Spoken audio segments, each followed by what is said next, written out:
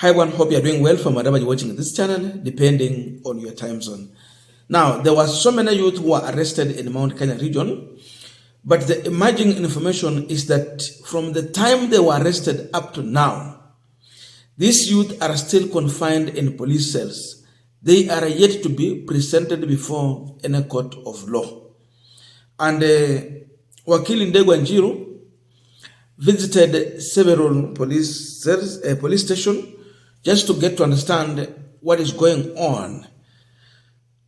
And there is a sad story going on here, whereby the director of public prosecution is yet to make a decision whether to charge these individuals or release them freely.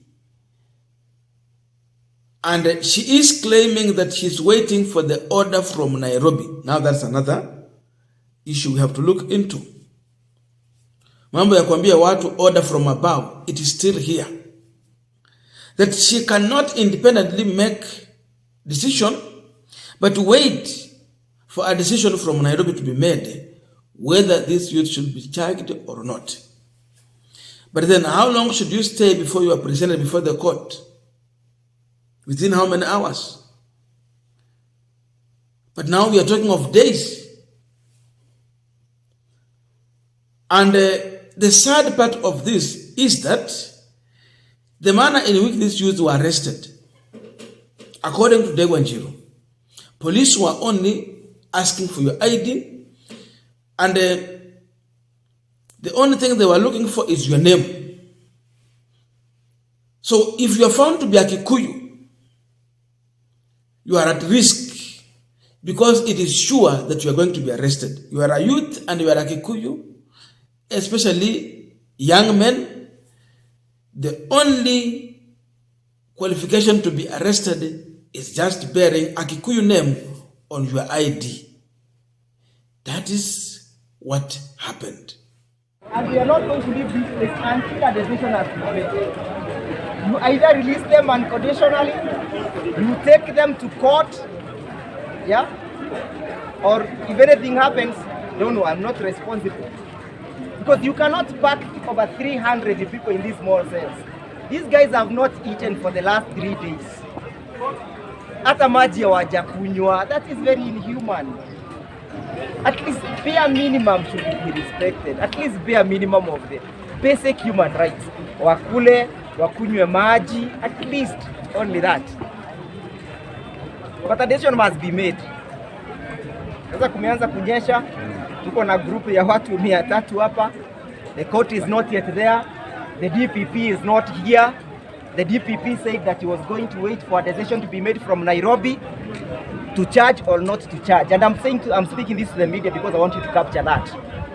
We visited the DPP's office. We met a lady called Madam Abuga, who is in charge of this region. She said that she was waiting for information from Nairobi. And they asked her whether all cases that appear before her, a decision must always be made from Nairobi. Because there were charges that took place in the morning before this same court. So we do not understand the reason why a decision has to be made from Nairobi to charge or not to charge these individuals. And what you must understand is that we have spoken to our clients, and they are saying before they were arrested by the police, they were requested to produce their ID. If you have a Kikuyu name, unto you, you are in big trouble. And true to the words, there is no any other person other than Kikuyu young men who have been arrested. All these are Kikuyu young men. And as I said in the morning, the only crime they have committed is that they are Kikuyu young men. And so this is a serious danger to the Kikuyu young men, wherever they are.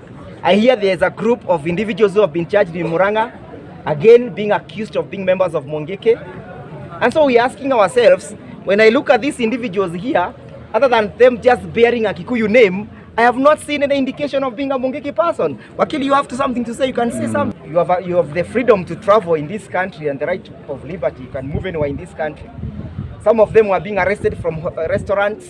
Others were being arrested from their vehicles. Others were buying spare parts. They were being arrested. They were being arrested in clandestine manner by the police.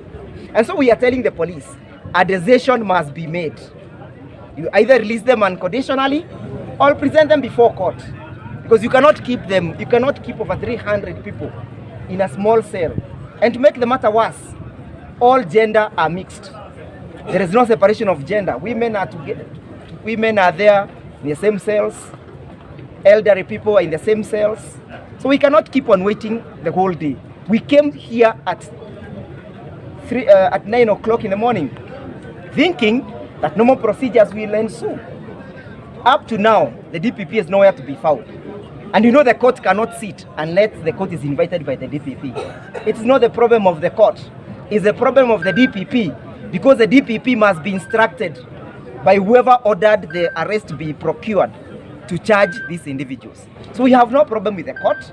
The court will sit as and when it is moved. But the DPP has not taken that decision to move them. So we are giving them ultimatum. A decision must be made. And I'm speaking to my clients. I am telling them that they are now being held in solitary confinement. And when you are being held in a solitary confinement, you have a right to exercise your self-help remedy, including self-help remedy, including any remedy that will rescue them from the situation where they are.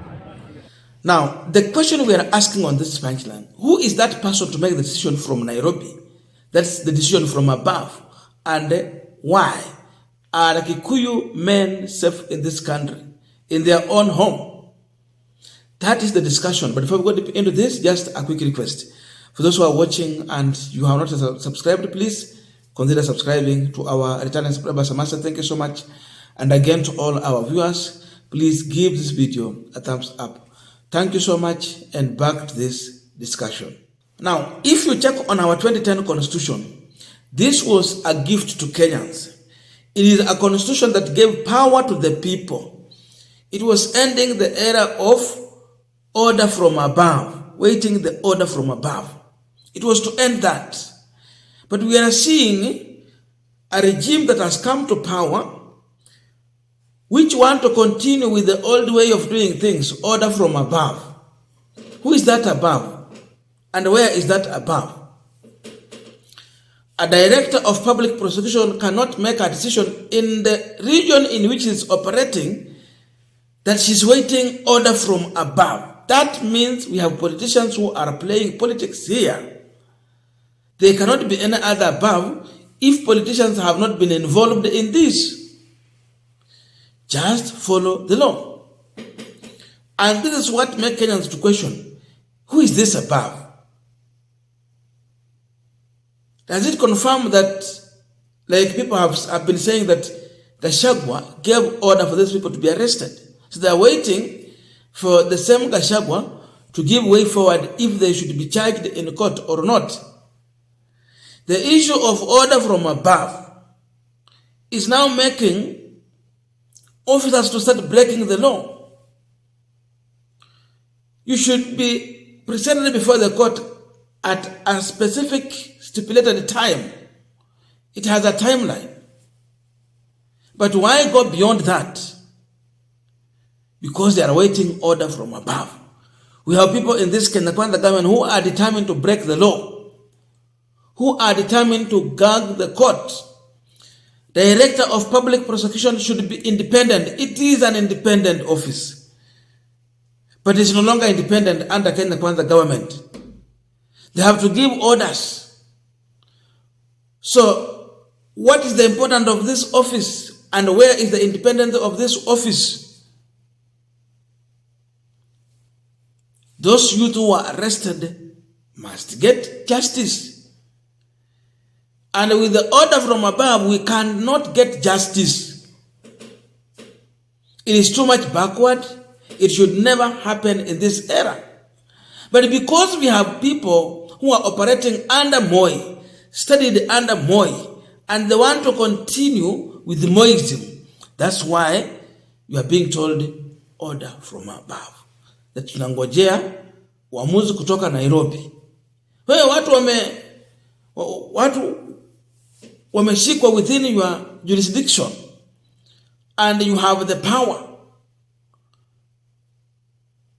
you have the office. You cannot proceed with the investigation and determine if indeed there is enough evidence to charge these people in the court of law or not. Unangoja order from above.